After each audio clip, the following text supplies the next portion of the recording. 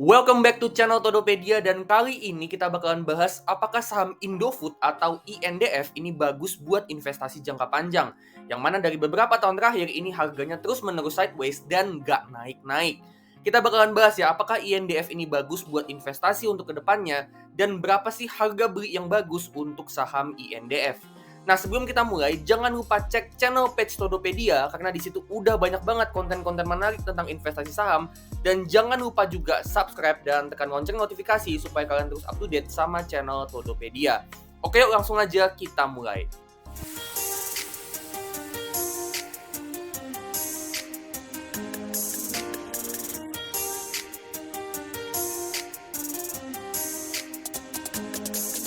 Oke, pertama kita bahas dulu model bisnisnya Indofood. Indofood ini perusahaan holding consumer goods yang produk-produk anak usahanya udah cukup terkenal. Untuk consumer brand products atau ICBP ada produk mie instan kayak Indomie, Sarimi, sama Popmie. Terus untuk Bogasari ada tepung segitiga biru dan spaghetti La Fonte. Terus untuk Indo Agri yang bergerak di bidang agribisnis itu ada produk minyak Bimoli dan terakhir ada juga bisnis distribusi yang dijalankan sama Indofood. Dalam beberapa tahun terakhir dari tahun 2017, pertumbuhan pendapatannya INDF ini cukup konsisten dengan tingkat pertumbuhan yang bagus. Rata-rata ada di 8,1% per tahun. Operating profitnya juga bagus ya pertumbuhannya dan juga cukup konsisten dengan rata-rata pertumbuhan yang lebih tinggi sebesar 14,6% per tahun. Terus untuk net profitnya ini juga cukup bagus pertumbuhannya dengan rata-rata 11% per tahun meskipun ada naik turunnya. Nah, kalau kita bedah ya, setiap segmen bisnisnya INDF, segmen bisnis Consumer Brand Products atau ICBP ini yang jadi penyumbang pendapatan yang paling gede buat INDF. Terus kedua yang paling gede itu dari segmen Bogasari, sementara untuk segmen agribisnis dan distribusi, ini kontribusi pendapatannya yang paling kecil. Dari segi pertumbuhan, segmen ICBP sama Bogasari ini juga yang pertumbuhannya paling bagus dari beberapa tahun terakhir. ICBP tumbuh 12% per tahun rata-ratanya, dan Bogasari tumbuhnya 7,4% per tahun. Jadi segmen ICBP sama Bogasari, terutama ICBP ya, ini jadi segmen bisnis yang bisa dibilang jadi tulang punggung untuk bisnisnya INDF, di mana kontribusi pendapatannya baik dari segi nominal maupun dari segi pertumbuhan ini yang paling gede dari segmen bisnis yang lain. Terus secara profitability dari segi return on equity, INDF ini punya return on equity yang cukup tinggi ya, antara 10-13% dengan rata-ratanya itu ada di 12,1%. Bahkan di masa pandemi kurun waktu tahun 2020 sampai 2021, mereka ini bisa punya return on equity yang bagus. Ini nunjukin ya kalau INDF ini perusahaan yang kuat dan stabil yang bisa hasilin return yang cukup besar dari modal yang dia punya bahkan ketika di masa krisis. Nah, INDF ini ternyata nggak cuma bisa hasilin profit dari bisnisnya, tapi dia juga konsisten hasilin cash flow yang positif, di mana operating cash flow sama free cash flow-nya ini rutin positif dari tahun 2019 dan juga terus bertumbuh. Ini bagus banget ya, artinya INDF ini mampu hasilin uang kas masuk ke dalam bisnisnya dan nominalnya juga dalam tren yang bertumbuh. Yang mana uang kas masuk ini nantinya itu bisa dipakai untuk kasih keuntungan ke investornya baik dalam bentuk dividen, melunasin utang, atau investasi untuk ekspansi bisnis. Oke, sekarang kita lihat balance sheet-nya INDF. Di sini kita bisa lihat ya kalau total liabilities atau total utangnya INDF ini lebih gede daripada total equity-nya. Ini agak kurang bagus ya, artinya utangnya gede dan modal bersihnya itu belum cukup untuk melunasin semua utangnya. Tapi sisi positifnya di sini adalah untuk current assetnya itu udah lebih gede daripada current liabilities-nya. Yang artinya dalam jangka pendek INDF ini masih mampu untuk melunasin utang jangka pendeknya. Nah, total utangnya INDF yang gede ini diantaranya terdiri dari debt atau utang berbunga yang jumlahnya cukup besar sampai 74 triliun. Jadi ini utang berbunganya yang cukup besar dan ini adalah hasil dari INDF yang lewat anak usahanya yaitu ICBP. Mereka ini ngambil pinjaman bank yang cukup besar plus mereka juga ngeluarin obligasi untuk akuisisi Pine Hill Corpora. Yang mana akuisisi Pine Hill Corpora ini tujuannya adalah untuk ekspansi bisnis mie instan ke Timur Tengah dan Afrika.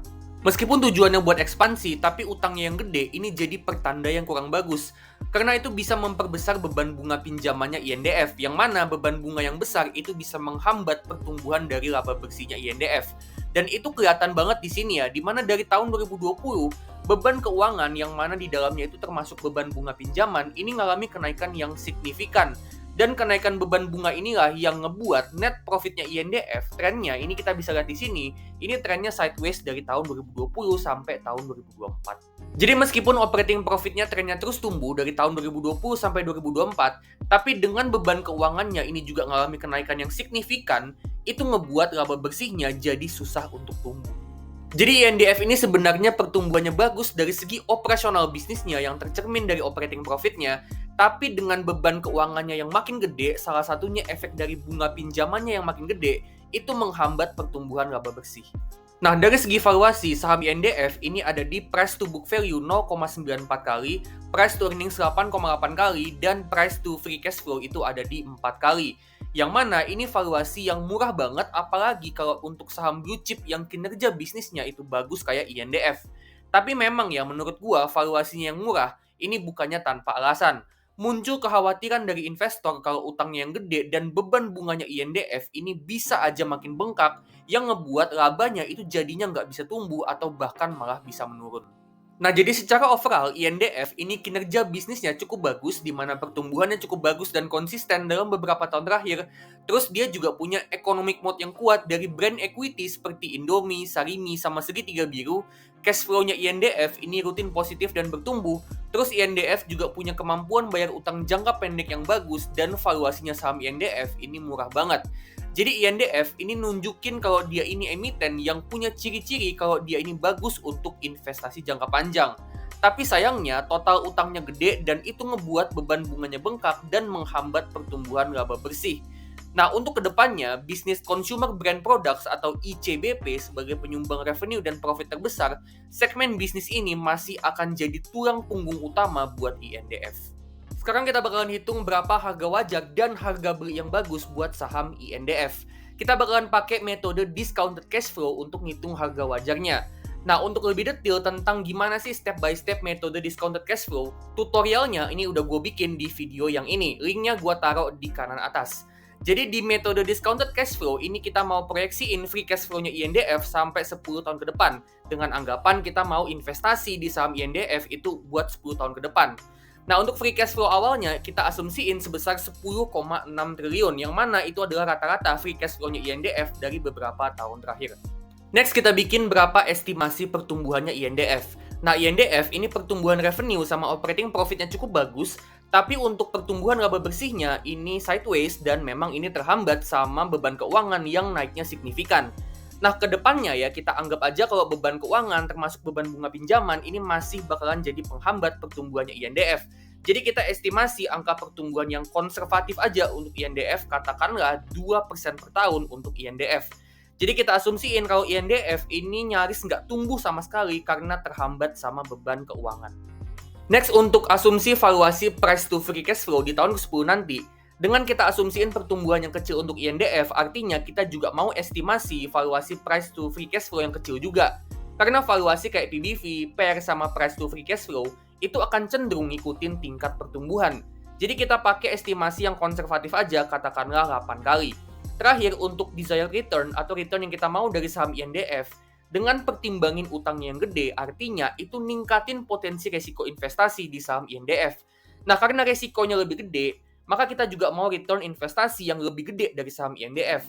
Jadi kalau biasanya nih kita pakai return investasi itu sekitaran 13-15%, untuk saham INDF, desired return yang kita mau itu agak lebih gede. Katakanlah 18% per tahun return investasi yang kita mau dari saham INDF.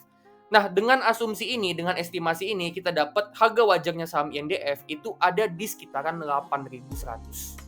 Jadi dengan harga wajarnya yang ada di 8.100, di harga sekarang di 6.500-an, ini ada margin of safety alias diskon itu sekitaran 20%. Dan menurut gua, ini diskon yang bagus untuk beli saham INDF untuk tujuan investasi jangka panjang. Nah, untuk INDF, menurut gua ya, harga beli yang bagus itu ada di margin of safety itu minimal 10%. Jadi selama saham INDF itu ada di harga 7.300-an atau di bawahnya, itu harga yang menurut gua cukup bagus buat buy saham INDF untuk investasi jangka panjang untuk jangka waktu sekitaran 10 tahun atau lebih. Oke, jadi sekian dulu ya untuk saham INDF. Nah, kalau menurut kalian gimana nih untuk saham INDF? Apakah saham INDF ini bagus buat investasi jangka panjang? Silahkan kalian share opini kalian di kolom komentar supaya bisa jadi insight buat kita semua. Nah, kalau kalian suka sama video ini, jangan lupa klik like, bagiin ke teman-teman kalian, dan kalian juga bisa kasih donasi super thanks supaya gue makin semangat untuk ngebuat konten-konten yang bisa ngebantu kalian. Disclaimer ya, ini bukan ajakan jual beli, tapi ini cuman analisa gue aja. Keputusan itu 100% ada di tangan masing-masing dan tetap do your own research. Oke, kalau gitu gue pamit dulu dan sampai ketemu di video selanjutnya.